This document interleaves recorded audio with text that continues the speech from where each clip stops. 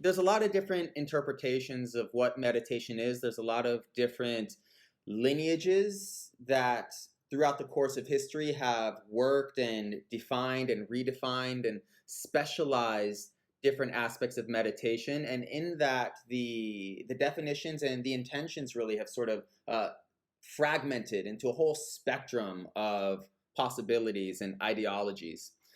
Yogic meditation traditionally has two purposes, and traditional sort of throws us all the way back to prehistoric times. The first evidence of groups of people meditating is around 3,000 years old. It comes from the Rig Veda, which is one of the oldest. It's the oldest Hindu text. And in it, it describes in a hymn called the Kashin hymn, these men, that long-haired, ash-covered men that seem to walk with God and with nature, with animals and with humans in sort of unshakable equanimity.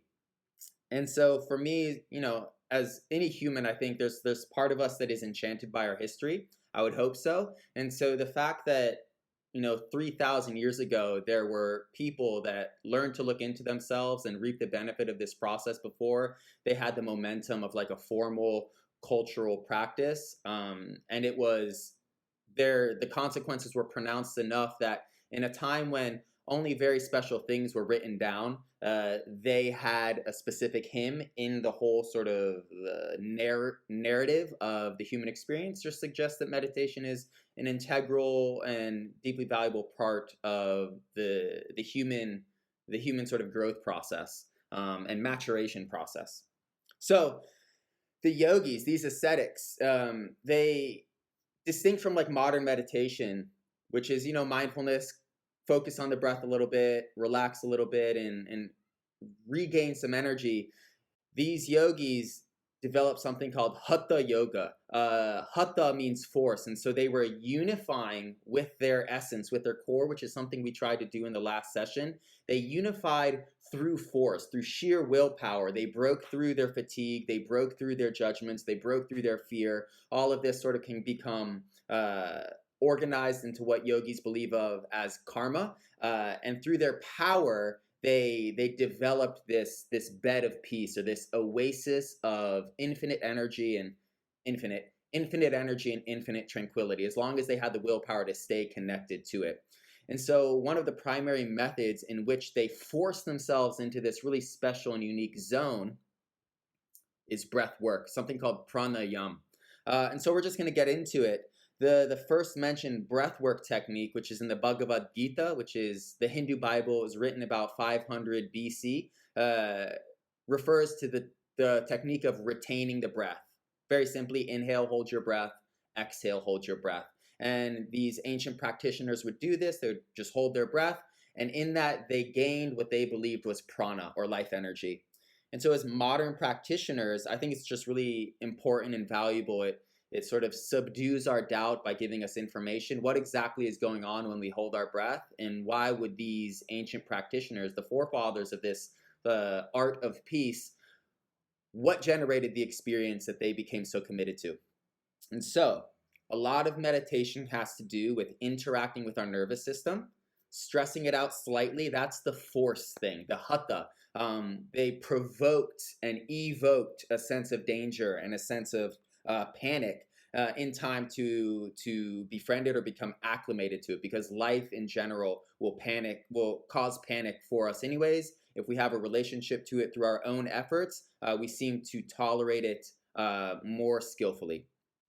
And so they would hold their breath until the CO2 levels built enough that their nervous system started to sort of freak out a little bit.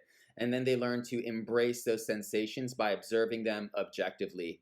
The core of mindfulness, which is a more peaceful practice, is also about this capacity to observe experience, whether it's deeply internal or external, with an objective lens, which is very hard for us because we're subjective, sort of ego-based individuals, naturally.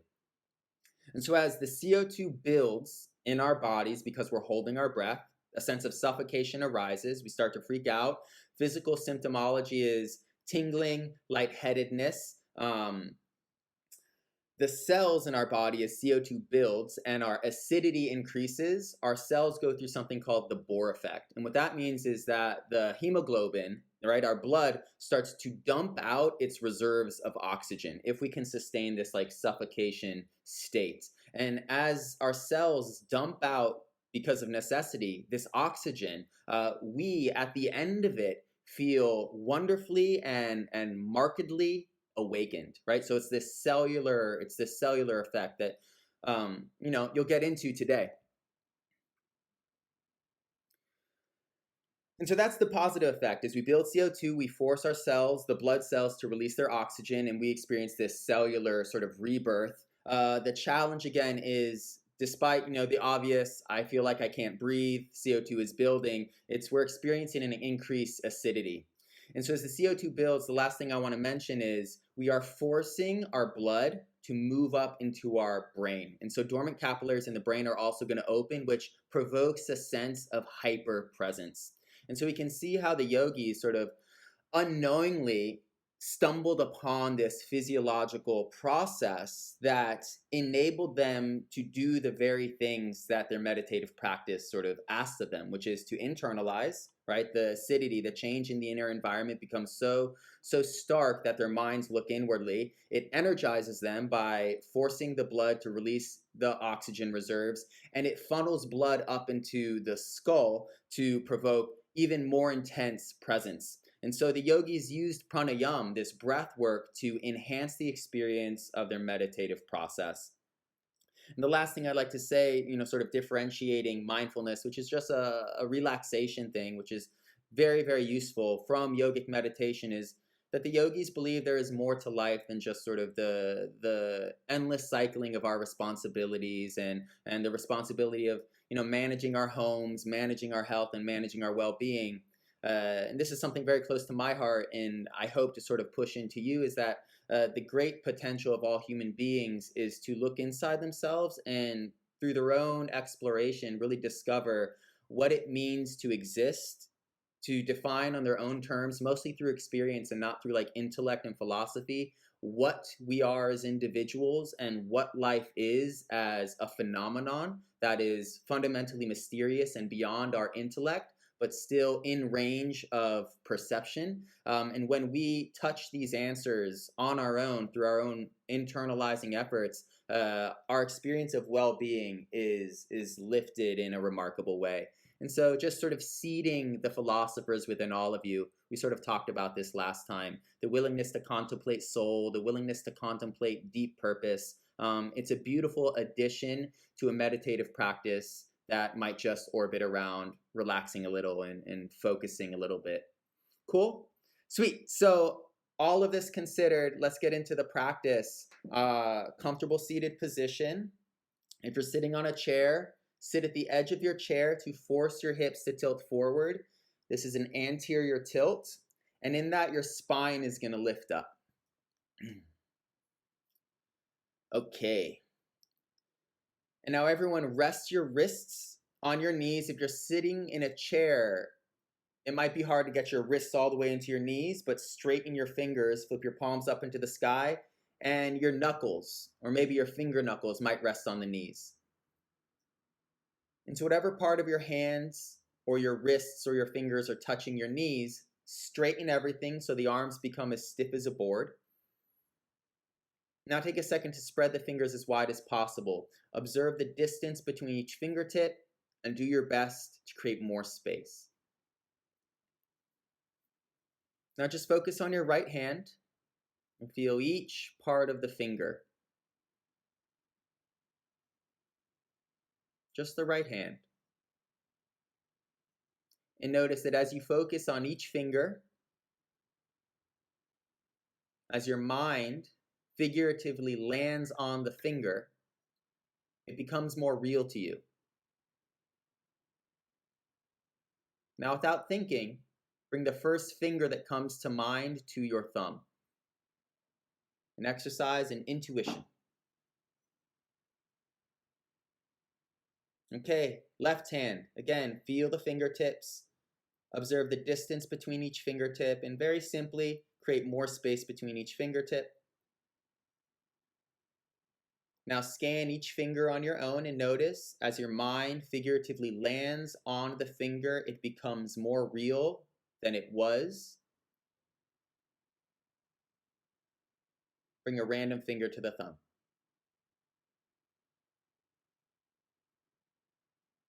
Again, tilt your hips forward, lift through the chest, and notice as you posture, slowly, gradually, as you posture up, there is a surge in confidence and alertness. There might be a little reservation. We are designed to conserve our energy. Sitting up costs energy. So our biology compels us to bypass. But overcome that and notice as you waste energy or use energy by sitting up, you are rewarded with a sense of power. This is your sympathetic nervous system. It is positive stress. Close the eyes. And now let's just commit to stillness. For the next 20 minutes, I'm going to make a personal vow. I will not move. I will not react to any level of discomfort, any itch.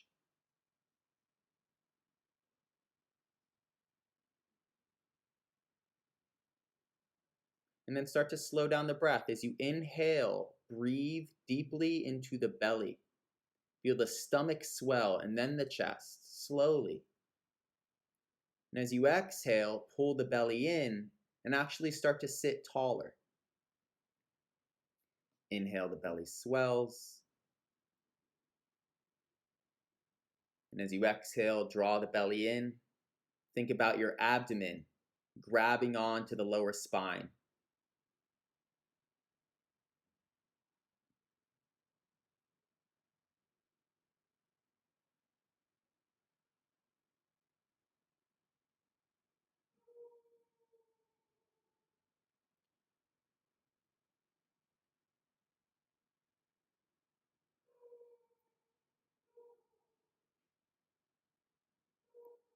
Meditation at its simplest is about internalizing our attention.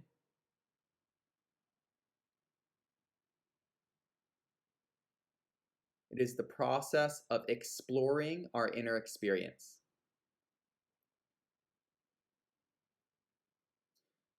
And as we explore our inner experience, as we project our awareness into internal sensations and thoughts, the tendency is an automatic balancing. What we become aware of seems to naturally harmonize.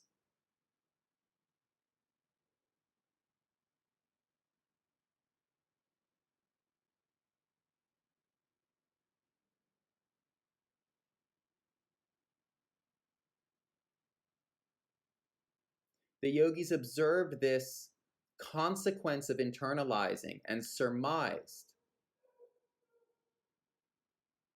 that within each of us there is a core of bliss. And when we extend our minds inwardly, moving deeper and deeper into our own nuances, we eventually arrive at this experience of bliss. The more time we spend in close proximity to this bliss, the happier we are, the healthier we are. And so let's just spend about 3 minutes, not too long, holding perfect stillness, which provokes internalization. Every breath in, I want you to observe that you become more awake and more alert. There might be a small surge in anxiety or a sense of quickening with every inhale. That is your stress response.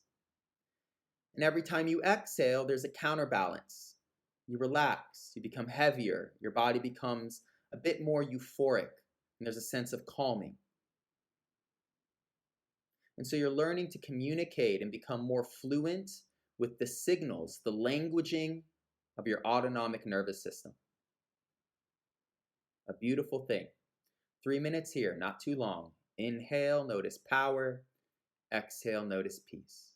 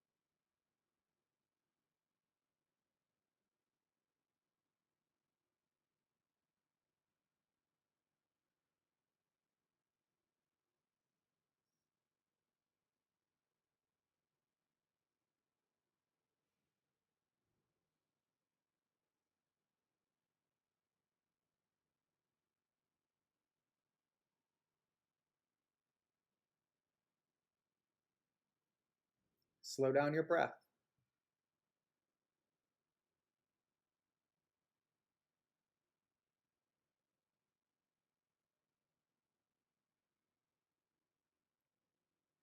And notice at once that the choice to breathe more slowly always has to be forced. We are wired to be anxious. But at the same time, every time we make that choice, we are reminded of our peace,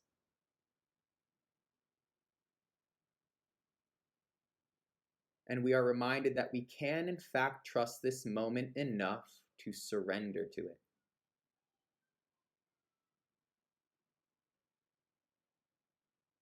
So, to hit the nail on the head, slow down your breath again.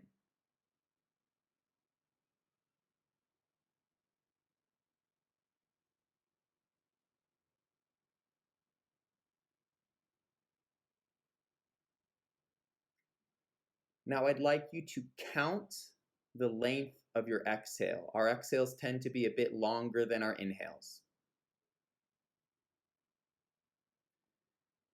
And whatever number you get to, that is your baseline.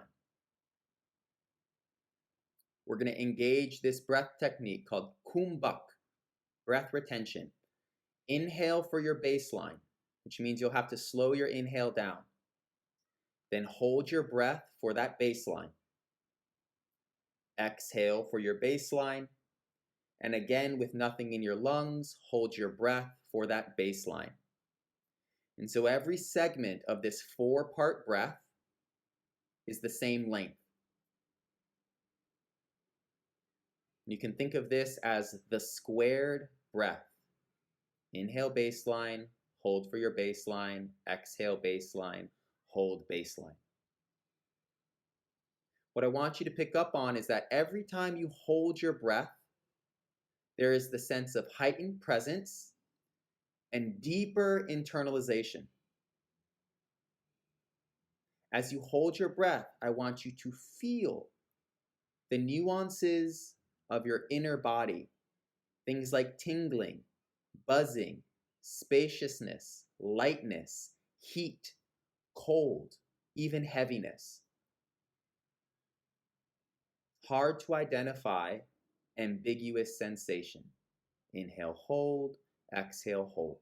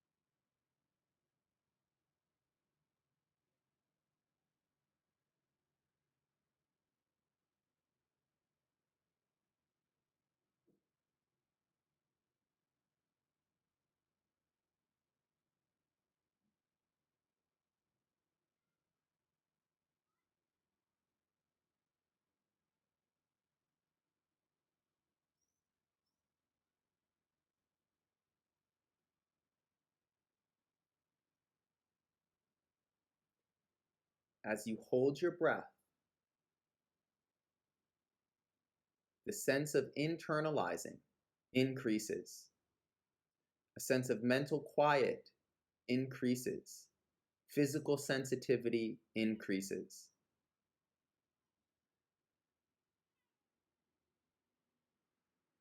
As CO2 builds in our body, as acidity increases, our attention is drawn inwardly physically.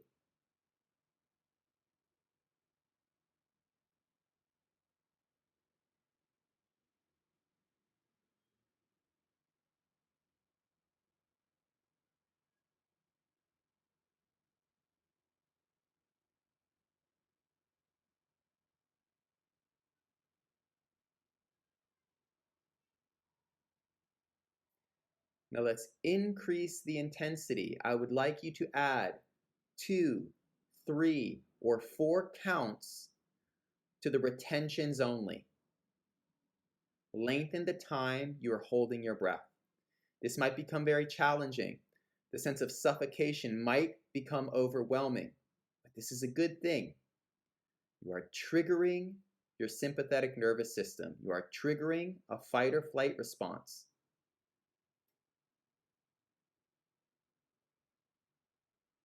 And in that, forcing yourself to become more resilient. Forcing yourself deeper into yourself, provoking the experience of meditation.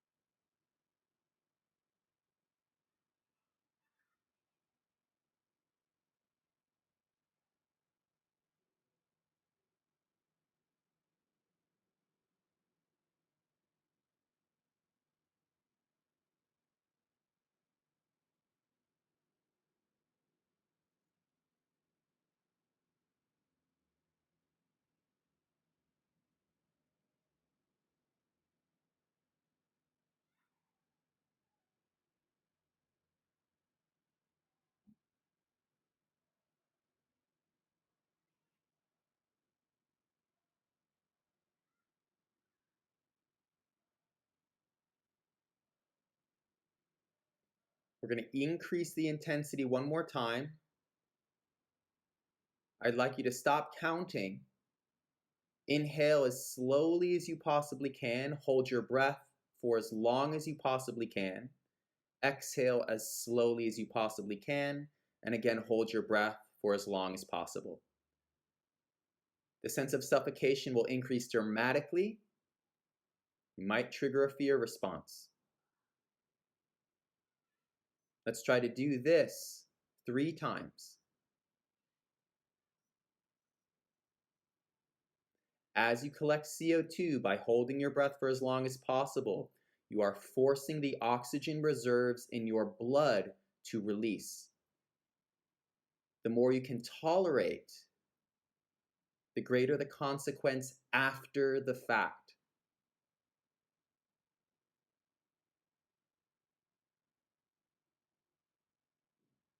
Overcome the fear response. Trigger the nerves. Unload oxygen. And let's see what happens.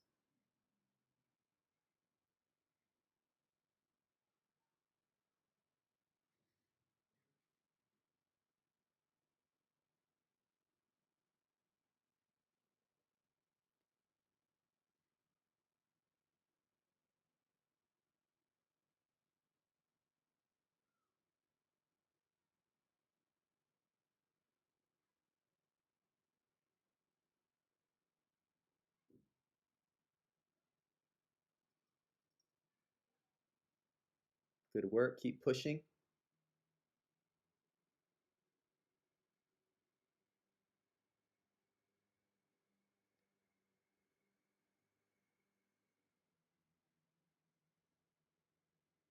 Meditation to the yogis involved a skillful disassociation from the body, a separation from the physical, a separation from the environment. Feel that your body is outside. You are controlling your body from a deeper space. To push yourself to this extreme, you have to rely on something that is not physical. I am not these nerves. I am not these suffocating tissues.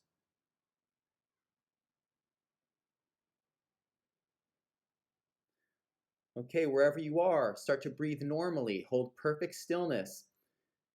And this is the reward. Feel your blood chemistry return back to normal.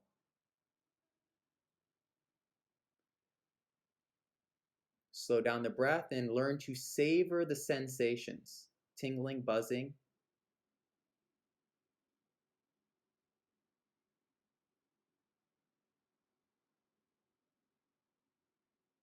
Like a stone dropped in the ocean, allow your mind to sink into your body, following the sensations you can feel.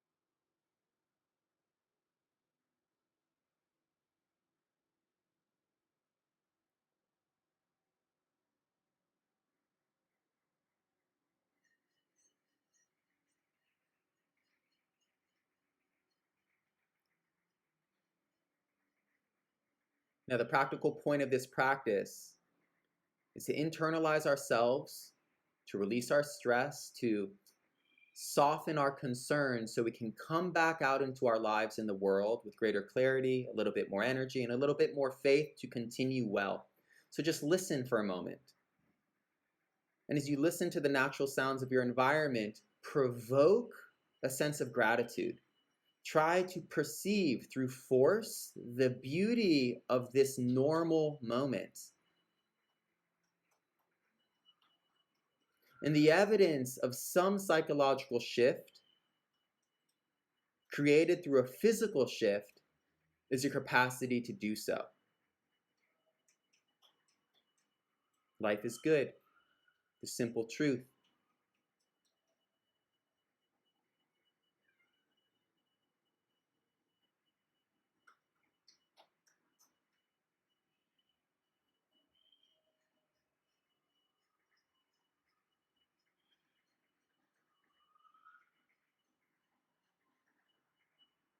One of the consequences of meditation, especially breath work, philosophically, is the increase of consciousness. Let's all bring our hands to heart center, something like a prayer, which might trigger some of you. There might be resistance, which is fine. But this is the game. As you bring your hands to heart center, a gesture of sincerity to test your consciousness and your sentience. Can you increase at will your sincerity? And for a second, just appreciate your own existence. Appreciate the body you have and your capacity to manipulate it.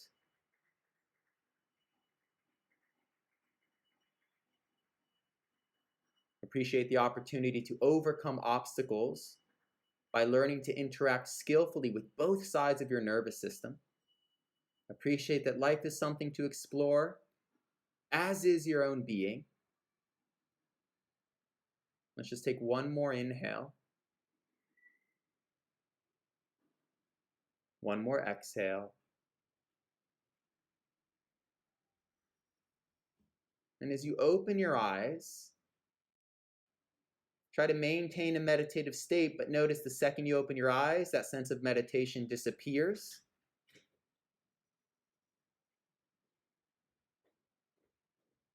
And in that, it provokes a sense that you were somewhere while you were practicing, and now you have returned to a normal state of consciousness.